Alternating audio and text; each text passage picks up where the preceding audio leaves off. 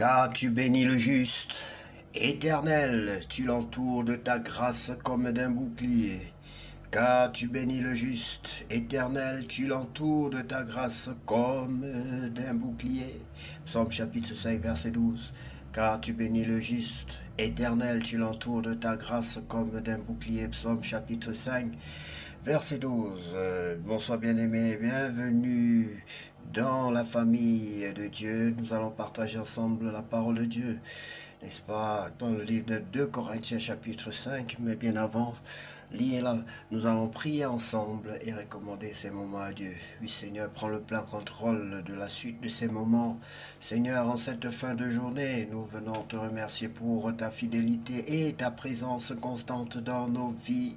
Père Céleste, merci pour cette journée que nous avons vécue sous ta protection. Merci pour chaque bénédiction, chaque épreuve surmontée, chaque leçon apprise. Alors que nous nous préparons à nous reposer, pardonne nos erreurs, purifie nos pensées et remplis-nous de ton esprit. Veille sur nous et nos familles cette nuit, renouvelle nos forces pour demain.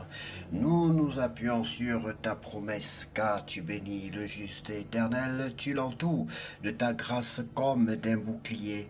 Psaume chapitre 5, verset 12. Merci bien-aimé d'être toujours plus nombreux à revenir dans la bergerie du Seigneur.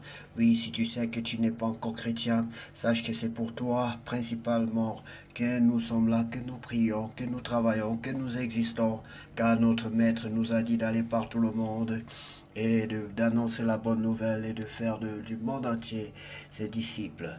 Oui, bien-aimé, si tu veux recevoir le Seigneur Jésus-Christ dans ta vie comme ton sauveur personnel et ton Seigneur, je t'invite donc de prendre la position qui plaît à notre Dieu, qui honore notre Dieu, et de répéter cette prière que Dieu a mise sur mon cœur. Après moi, tu vas dire, Seigneur Jésus-Christ, je me repens devant toi. Je fléchis mes genoux devant toi. Je te demande pardon des fautes et des offenses dont je suis coupable. Prends le plein contrôle de ma vie. Je t'invite dans ma vie. Viens régner dans ma vie comme mon maître et mon sauveur.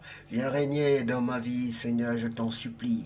Sans toi, je ne suis rien et je ne peux rien faire sans toi. Prends le plein contrôle de ma vie, Seigneur. Prends le plein contrôle de ma vie, Seigneur, je t'en supplie.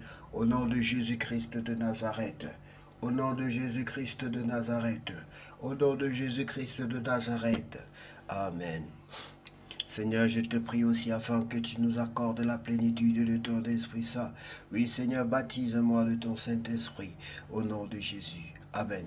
Bien-aimés, sans plus tarder, nous allons lire la parole de Dieu dans le livre de 2 Corinthiens chapitre 5.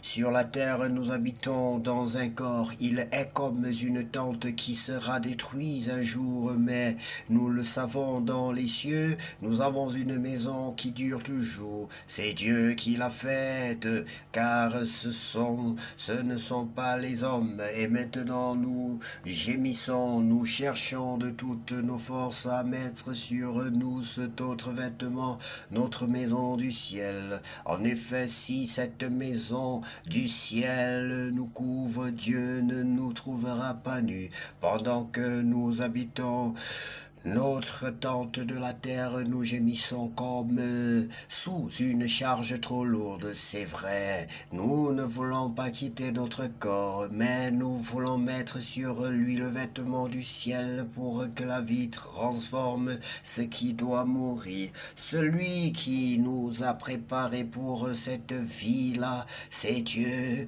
Il nous a donné l'Esprit Saint comme première part des biens que nous allons recevoir de lui. Amen. J'aime cette expression, bien-aimée, ce passage. Il nous a donné, ce sont les prémices que Dieu nous a données, mais encore beaucoup de choses que Dieu va nous donner. Imaginez, bien-aimés, beaucoup de choses que Dieu va nous donner. Donc nous sommes toujours pleins de courage, mais nous le savons pendant que nous habitons dans notre corps, nous habitons loin du Seigneur. En effet, nous vivons dans la foi et nous ne voyons encore rien.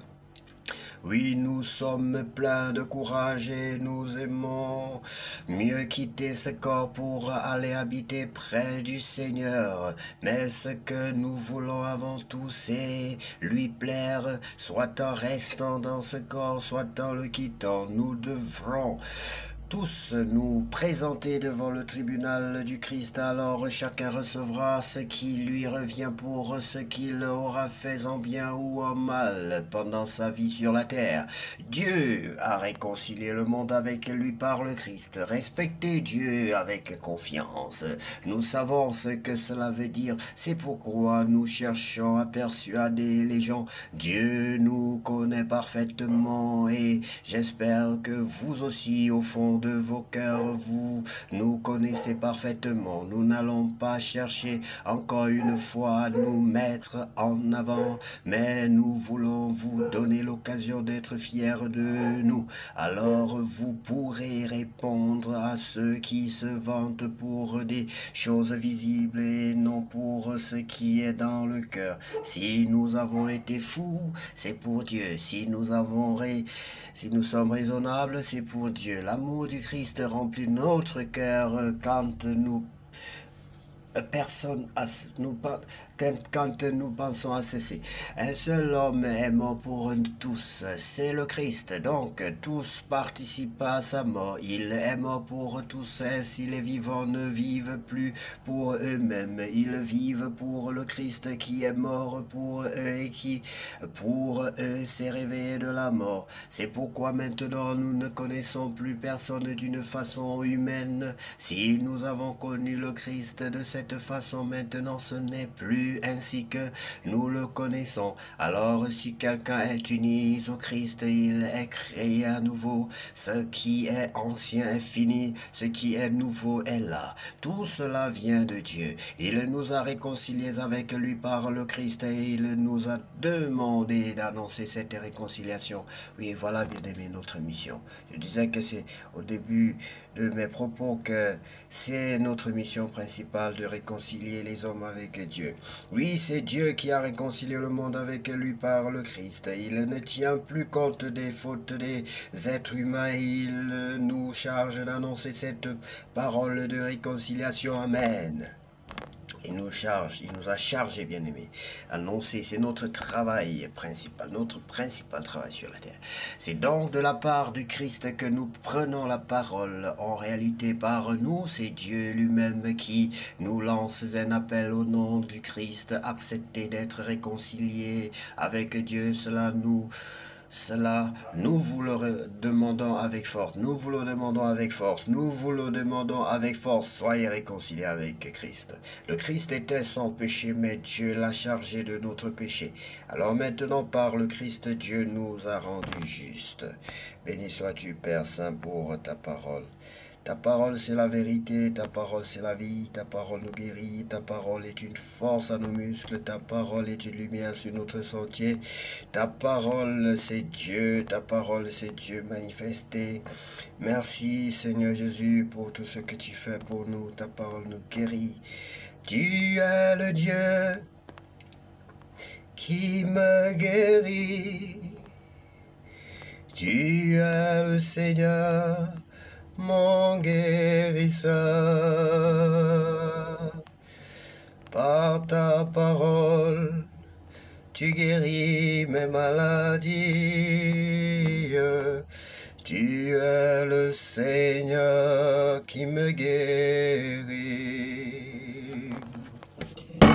Je suis le Dieu qui te guérit. Je suis le Seigneur, ton guérisseur. Par ma parole, je guéris tes maladies. Je suis le Seigneur qui te guérit. Bien-aimé, que Dieu vous bénisse abondamment et que cette nuit soit la plus belle, la plus protégée, la plus douce de toutes les nuits déjà passées sur cette terre. Au nom puissant de Jésus, nous avons ainsi prié. Amen.